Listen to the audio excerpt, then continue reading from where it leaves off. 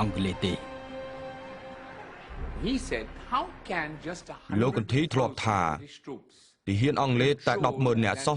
អាចត្រួតត្រាពលរដ្ឋឥណ្ឌាជាង 350 លាននាក់បានយ៉ាងម៉េចគាត់ថា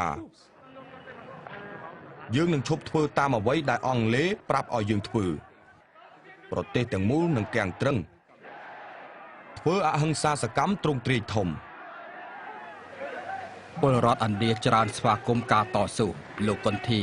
ត្រូវរកវិធីប្រើកម្លាំងពួកគេឲ្យមានប្រសិទ្ធភាពបំផុតខែកុម្ភៈឆ្នាំ 1930 លោកកុនធីវិលទៅស្នាក់ការរបស់គាត់នៅជិតឆ្នេរសមុទ្រខាងលិចរបស់ឥណ្ឌា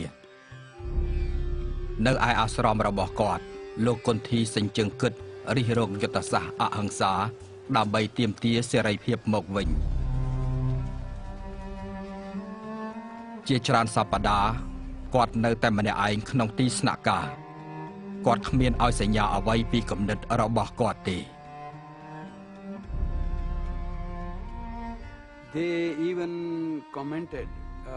ណារ៉ាយ៉ាន់ដេសាយរស់នៅក្នុងអាស្រមរបស់លោកកុនធីនាពេលនោះ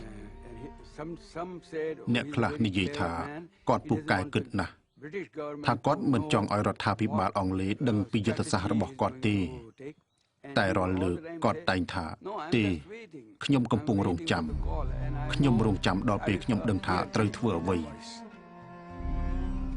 ខែកុម្ភៈគាត់សម្រេចចិត្តចាប់ផ្ដើមដោយជំទាស់នឹងការយកពន្ធអំបិលនិងពាណិជ្ជកម្មផ្ដាច់មុខលើអំបិលរបស់អង់គ្លេសថ្ងៃទី 2 ខែមីនាគាត់សរសេរសម្បត្តិទៅអបរាជបកស្រាយពីភាពអយុត្តិធម៌នៃច្បាប់អំបិលហើយបញ្ជាក់ថាគាត់នឹងទៅកាន់ឆ្នេរសមុទ្រដើម្បីធ្វើអំបិលគាត់នឹងអំពាវនាវឲ្យពលរដ្ឋឥណ្ឌាទាំងអស់ធ្វើដូចគាត់សូមឲ្យលោកអវិនព្រមចរចាពី3ថ្ងៃក្រោយមកលោកអវិនសម្ដែងពីការសោកស្ដាយរបស់គាត់លើគម្រោងសកម្មភាពរបស់លោកកុនធីលោកកុនធីចាត់បណ្ដោះទៅរើសឆ្នេរសម្រាប់ធ្វើអហិង្សាសកម្មក្នុងសន្ទរកថានិងអត្ថបទនានាគាត់វាយប្រហារលើច្បាប់អំបិលថាវាអយុត្តិធម៌សម្រាប់ជនក្រីក្រគាត់ដឹងថាអំបិលនឹងក្លាយជានិមិត្តរូបដែលមានឥទ្ធិពលមនុស្សយើងគ្រប់រូបត្រូវការអំបិលជាចាំបាច់បើគ្មានអំបិលទេយើងនឹងមិនអាចរស់រានមានជីវិតបានឡើយគាត់ចង់តាក់ទាញបេះដូងពលរដ្ឋឥណ្ឌាគ្រប់រូបថានេះហើយជាអ្វីដែលយើងទាំងអស់គ្នាត្រូវការជាចាំបាច់ហេតុអីចាំបាច់បងពុនចំណានក្នុងការធ្វើឲ្យមហាជនចាប់អារម្មណ៍លោកកុនធីរើផ្លូវ